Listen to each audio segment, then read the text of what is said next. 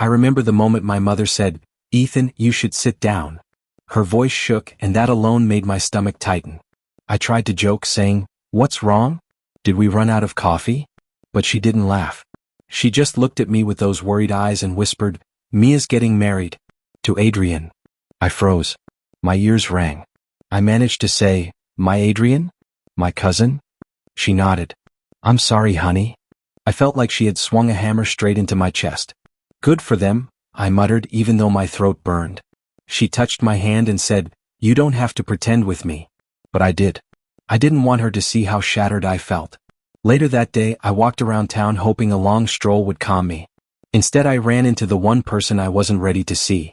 "Ethan?" Mia's voice hit me like cold water.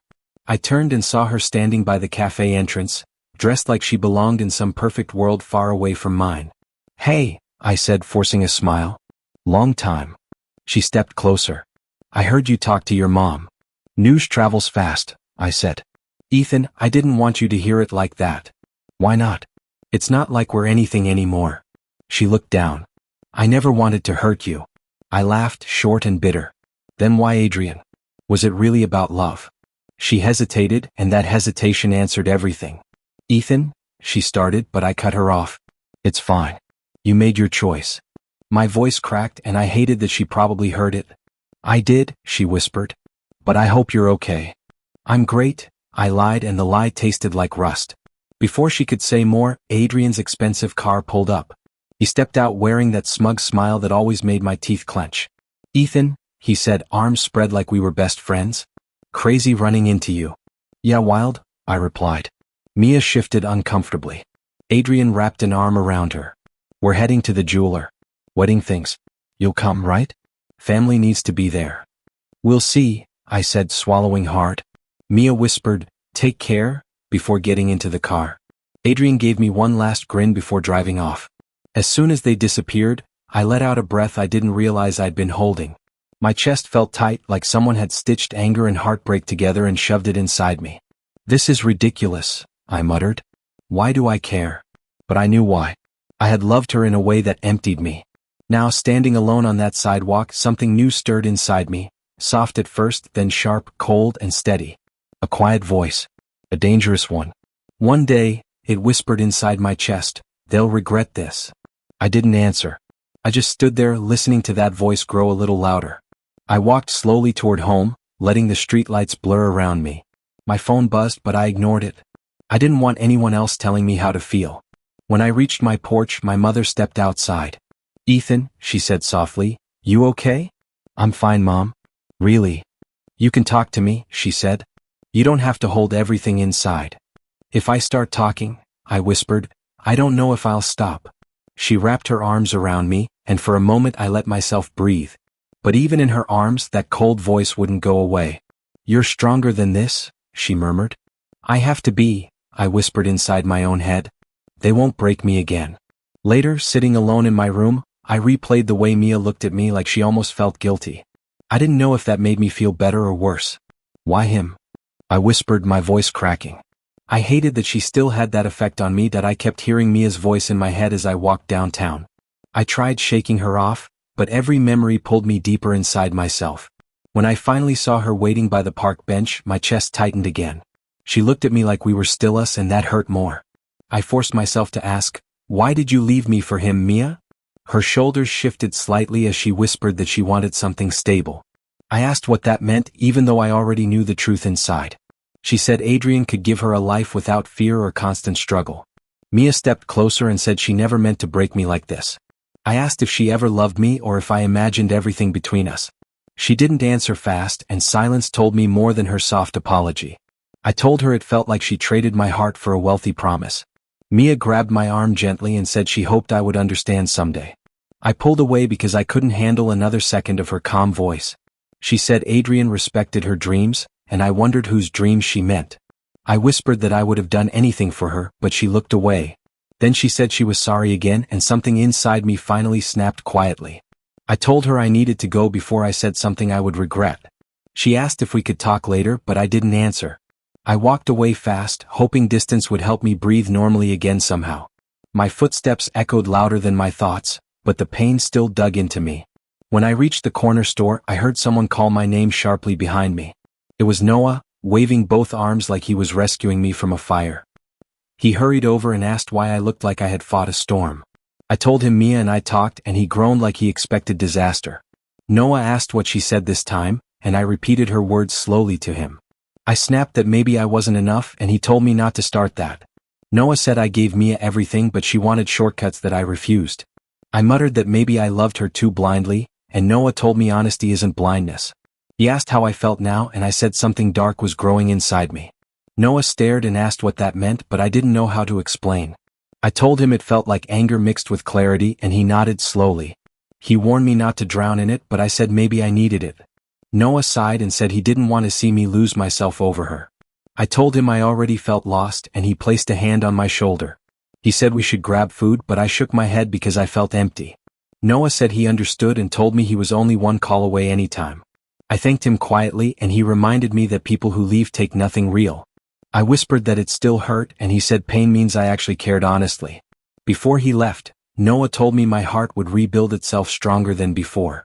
I watched him walk away, feeling grateful yet heavier because his hope scared me. As I headed home again, I whispered that I couldn't keep hurting like this. I didn't know what that feeling would become, but I didn't push it away. Maybe part of me wanted revenge, or maybe part of me wanted freedom finally. All I knew was that losing Mia changed me in a way I couldn't reverse. I walked slower as I neared home, letting the darkness inside me settle quietly. Whatever I became next would not be the man they once expected I. Walking into the church felt like stepping into a room built to crush me. My mother kept whispering, "Just breathe," but even her voice couldn't calm the storm twisting inside my chest. I muttered, "I shouldn't be here," yet she said, "Family must show support," like that erased everything Mia took from me. When Uncle Raymond spotted me, he grinned and said, "Good you came. Adrian will be thrilled." I forced myself to nod even though I hated how proud he looked. I told him, "I'm just here because I was told to come," and he slapped my back like I'd said something funny. I sat in the third row, far enough to avoid attention but close enough to feel every cut. Noah slid into the seat beside me and whispered, "You okay?" I said, "No," and he didn't push further. When the music started, the whole church went quiet, and my stomach tightened so hard I could barely breathe. Mia walked down the aisle slowly, holding flowers like they kept her whole. Her dress sparkled under the lights, and every step she took felt like another twist in my ribs. Noah whispered, "Don't look if it hurts," but I couldn't look away. When her eyes suddenly flicked toward me, she paused. It was only for a heartbeat, but I saw something in her expression. Hesitation, maybe guilt, maybe fear of the man I was becoming. I whispered, "Don't do that," even though she couldn't hear me. Adrian waited at the altar wearing that confident smile he always used when he wanted the world to clap for him. When Mia reached him, he whispered something that made her laugh softly, but her eyes didn't show joy.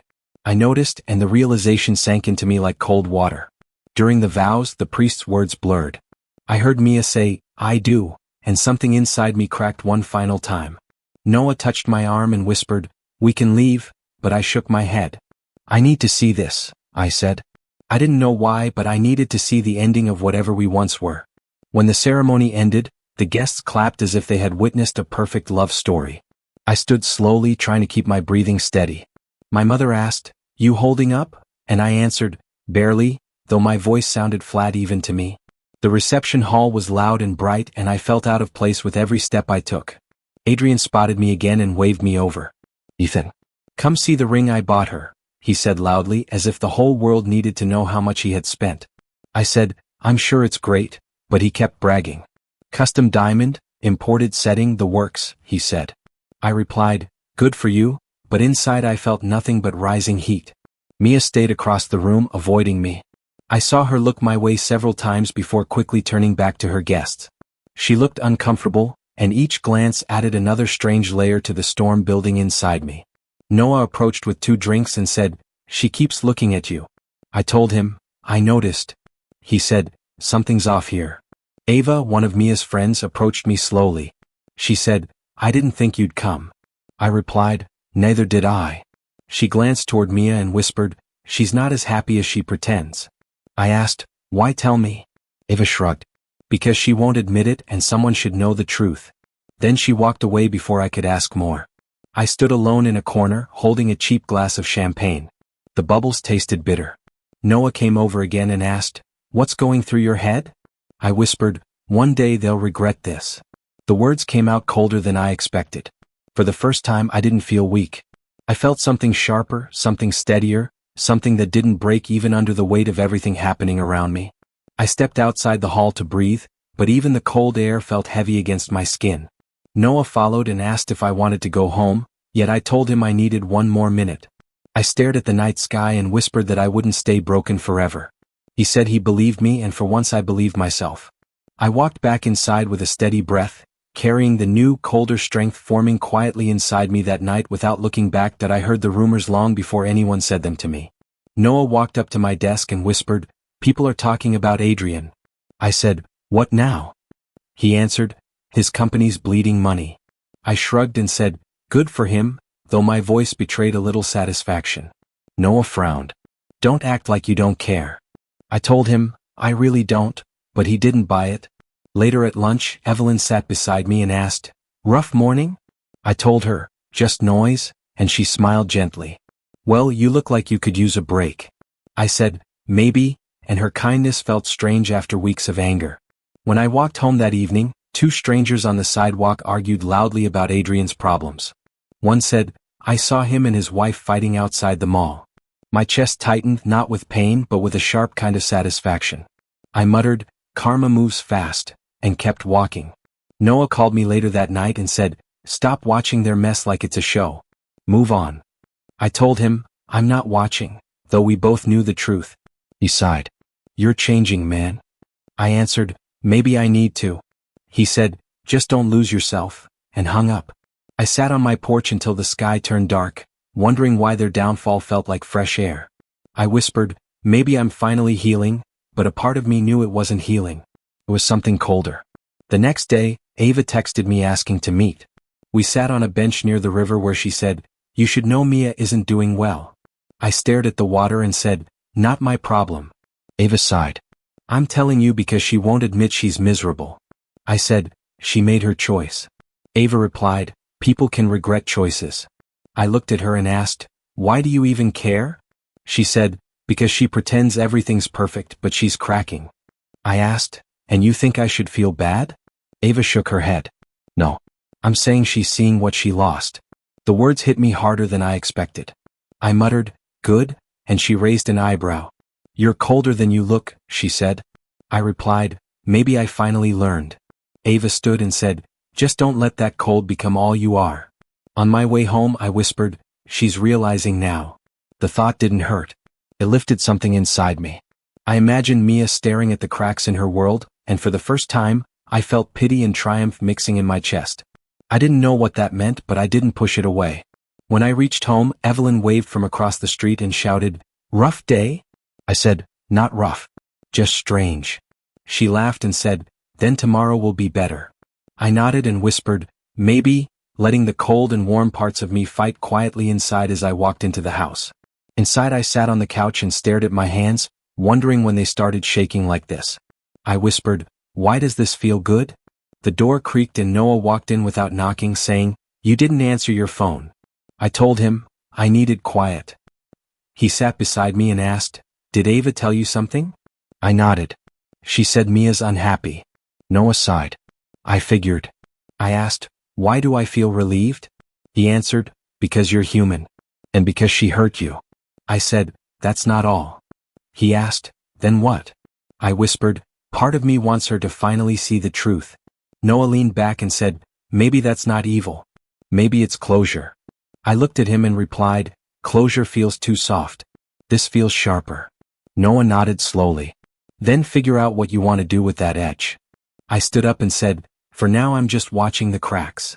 The rain hit my roof so hard that night I thought the sky was falling. I was making tea when I heard someone banging on my door. I shouted, "Who is it?" But there was only heavy breathing. When I opened the door, Mia stood there soaked, shivering, and looking like the world had chewed her up. I stared at her for a second before saying, "What are you doing here?" She whispered, "I didn't know where else to go." I stepped aside slowly and said, "Come in before you drown." She entered and wrapped her arms around herself. I asked, "What happened?" even though I already had a feeling. She whispered, "Adrian and I fought." I said, "That seems normal for you too," and she winced. She told me he had screamed at her, accused her of embarrassing him, and then stormed out. I said, "And you came to me?" She nodded. "You were the only person I could think of." I let out a long breath and said, "Sit down," though a storm inside me was louder than the one outside. She sat on the couch, dripping water everywhere. I handed her a towel and she whispered, "Thank you." I said, "Don't thank me yet." She looked around the room like she was searching for the version of herself that once belonged here. Then she whispered, "Were you angry when I left you?" That question hit me so hard I almost dropped my cup. I asked, "Why are you asking me that now?" She said, "Because I never asked before and maybe I should have." I sat across from her and said, "Angry doesn't even cover it." She swallowed. "Then tell me." I stared at her and said, "I felt like you ripped out something I didn't know could break." She flinched and whispered, "I didn't mean to destroy you." I said, "But you did." She covered her face with her hands and said, "I made a mistake, Ethan." I said, "You made several." She shook her head. "I'm not here to fight." I leaned toward her and said, "Then why are you here? To confess? To apologize? To run away from him?" She whispered, "To find a place where I feel like a person again." For a moment the room felt painfully silent. I finally said, "You can talk but don't expect comfort from me." She nodded and whispered, "I deserve that." She told me how Adrian's anger had grown worse. How he blamed her for his company's problems. How he belittled her in front of his staff. I asked, "Didn't you want stability?" The way she broke at that question almost made me look away. She whispered, "I thought stability meant money. I didn't know it meant losing myself." I stood up and said, "You didn't just leave me. You humiliated me." She whispered, "I know." I said, "You chose him because he had more. Admit it." She looked at the floor. "Yes." The honesty made something sharp twist inside me. I told her, "You didn't think I was enough." She said, "I was wrong." I replied, "You were greedy." She whispered, "I was scared." I said, "Scared of struggling with me?" She nodded slowly. "Yes." I paced the room because sitting still made my anger shake too loudly. She whispered, "I thought you'd hate me forever." I said, "I tried, believe me." She asked, "And now?" I answered, "Now I don't know what I feel." She looked up at me with red, swollen eyes. "Do you still love me at all?" That question pulled the air straight out of my lungs. I said, "There's a part of me that remembers what we had. And a part that hopes I never feel anything for you again." She started crying. Soft, broken sounds that made my chest twist in ways I didn't want to admit. I whispered, "Stop crying, Mia." She shook her head. "I can't. Not after seeing how much I hurt you." I said, "You hurt yourself too." She whispered, "Ethan, can I stay tonight?" I froze. I finally said, "You can stay on the couch." "That's it." She nodded quickly, grateful. When I handed her a blanket, she whispered, "Thank you for not shutting the door in my face." I answered, "I thought about it." She gave a small, sad smile. As I walked toward my room, she whispered, "I'm sorry for everything." I didn't turn around when I said, "I heard you." But as I lay in bed staring at the ceiling, one thought echoed inside me. I didn't know if I could ever trust. The morning after Mia slept on my couch felt strangely calm, but I kept hearing her soft footsteps in my head. At work, Evelyn asked, "Rough night?" And I sighed, telling her, "Something like that." She studied my face and said, "You look tired, Ethan. Want to talk?" "Not now." I wasn't sure why her concern felt warm, but it steadied me. She said, "Well, I'm here." Later Noah called asking, "Did she leave?" And I answered, "Yeah." He sighed loudly and said, "Don't get pulled back in." I told him, "I'm trying," though my voice shook with uncertainty tonight. At lunch, Evelyn surprised me by recommending me for a supervisor role. She said, "You're capable of more than you think." I blinked and asked, "Why me?" She smiled gently and answered, "Because you actually care." Hearing that made something inside me rise, something freer than anything I'd felt lately. When my manager called me into his office, he said, "We're promoting you." I almost laughed from shock. I asked, "Are you sure?" And he nodded. Leaving the room, I whispered, "Finally," and let the new confidence settle inside me while imagining Mia seeing what I was becoming without her. Later that night, Mia texted, "Can we talk?" I stared at the message until Noah called again. He asked, "You gonna answer?" I said, "I don't know." He replied, "Then don't." I whispered, "She's trying to come back," and he said, "That doesn't mean you let her. Think about it." The next afternoon Adrian called out of nowhere. His voice cracked as he said, "Is Mia with you?" I replied calmly, "No." He breathed hard like he didn't believe me. I asked, "Everything falling apart?" And he muttered, "Just stress." Hearing him weak felt strangely powerful to me tonight, honestly. When I returned to my desk, Evelyn smiled and said, "You look lighter." I told her, "Maybe I finally feel seen." She replied, "You deserve that." Her voice steadied something in me. I whispered, "Thank you," and she said, "Anytime," before asking if I wanted coffee to celebrate small victory. That evening Mia showed up outside my job. She said, "You've been ignoring me." I replied, "Yes." She asked, "Can we talk somewhere private?" I shook my head. "Not now." She whispered, "I miss you," and I said, "You miss what I gave you." Eyes filled but I didn't soften. As she walked away, Noah called saying, "Did she corner you again?" I answered, "Yeah." He said, "You sound different."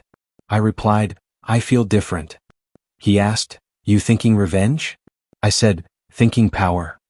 He sighed and muttered, "Careful, man," and I whispered, "I know," though I barely believed myself. By the time I reached home, I felt stronger than I had in years. I stood in silence before whispering, "She threw me away." The words didn't hurt anymore. They fueled me. I said, "Maybe this is my rise," and for the first time I believed every part of it. I sat on my couch when my phone buzzed again. Mia wrote, "Please don't shut me out." I typed, "Stop messaging," but didn't send it. Instead I stared at the screen until Evelyn texted, "Hope today felt good." I whispered, "It did," surprised by how true the words felt tonight.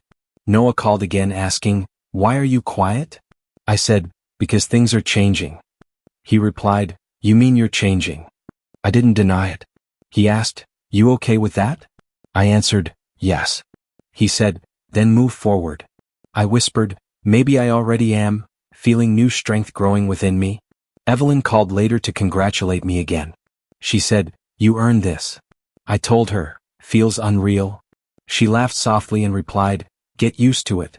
I asked, "Why are you always so sure of me?" She said, "Because someone should be." Her words stayed with me long after that. Before sleeping, I stared at the ceiling whispering, "She wanted stability." Then I whispered, "I became it." The thought felt powerful. I said, "This is my rise," and for the first time I wasn't thinking about her falling. I was thinking about who I could become next in this life. By morning, I understood that Mia wasn't the center of my world anymore. I whispered, "She'll see the shift soon," and the idea didn't scare me. If anything, it excited me. For once, I wasn't waiting for her approval. I was building something real, something she couldn't break, something that finally belonged to me rather than the version she abandoned.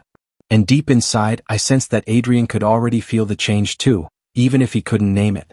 Something about his voice, that shaking desperation, told me everything I needed to know. Their world was shrinking while mine was growing. And as I lay back and closed my eyes, I whispered one final truth to myself, cracks.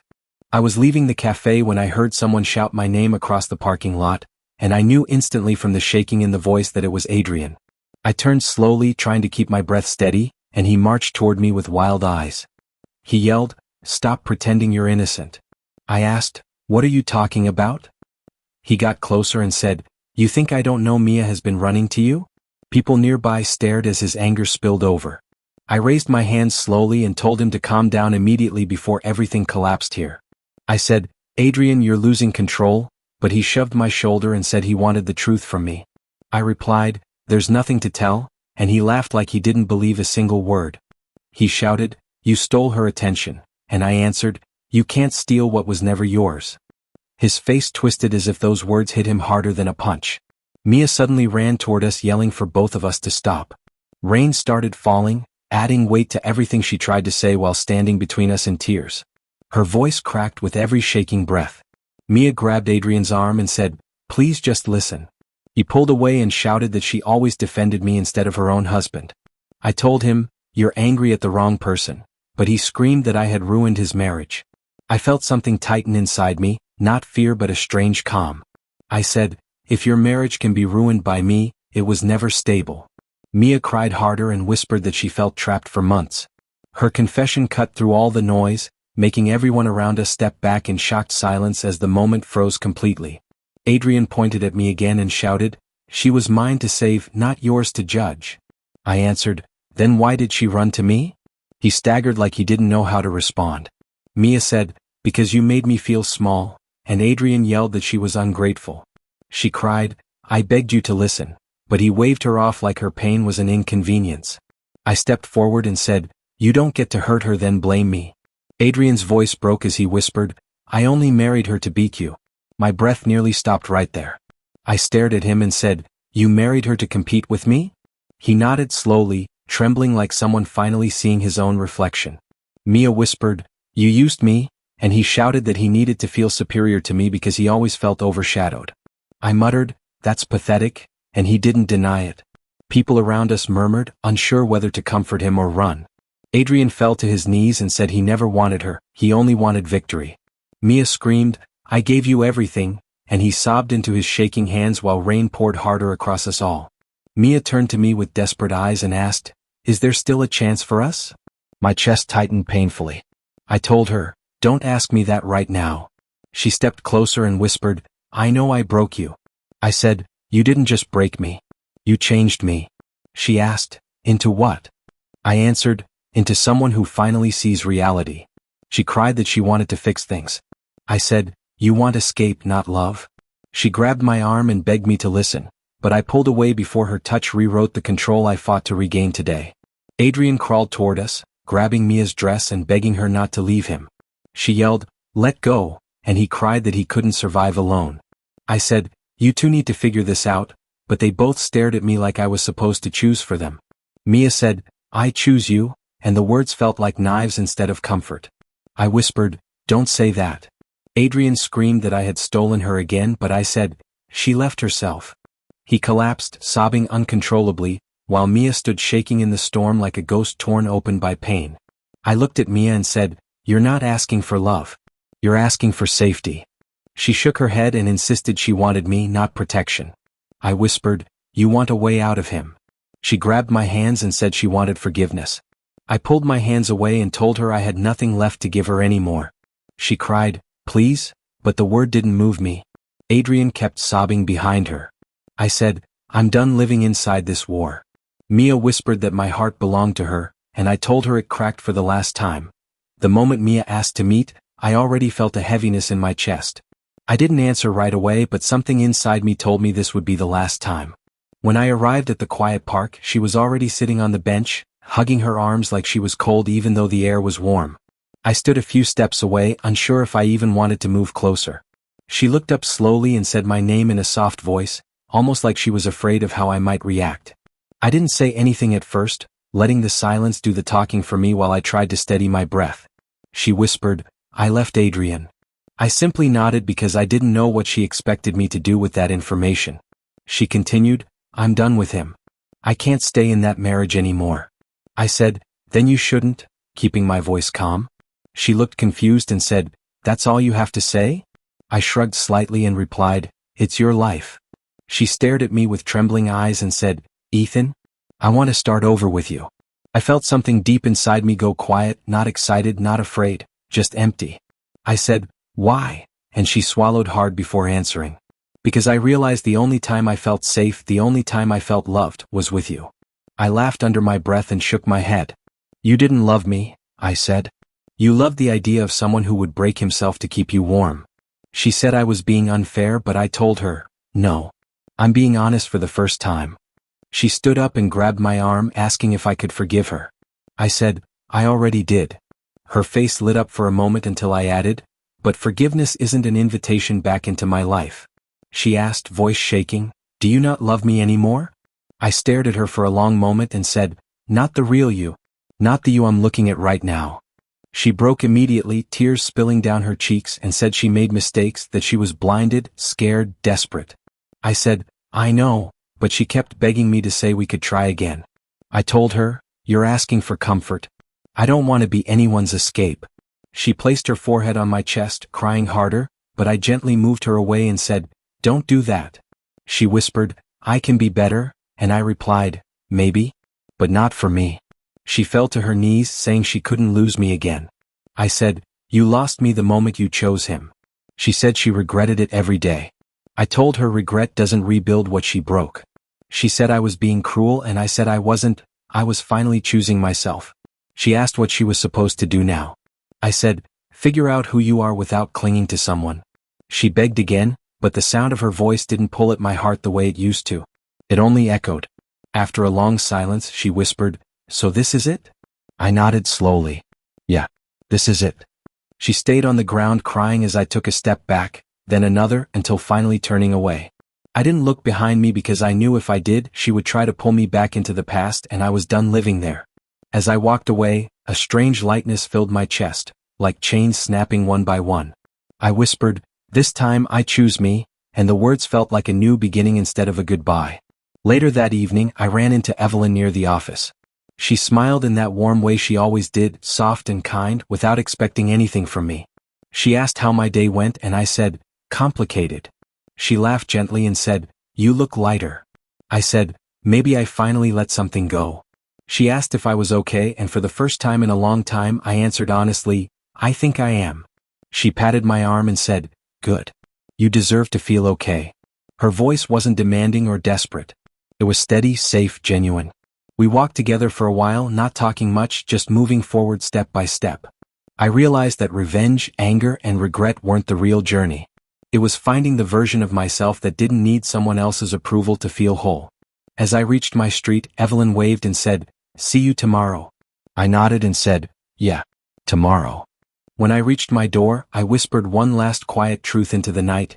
I'm done looking backward. And for the first time, I meant it.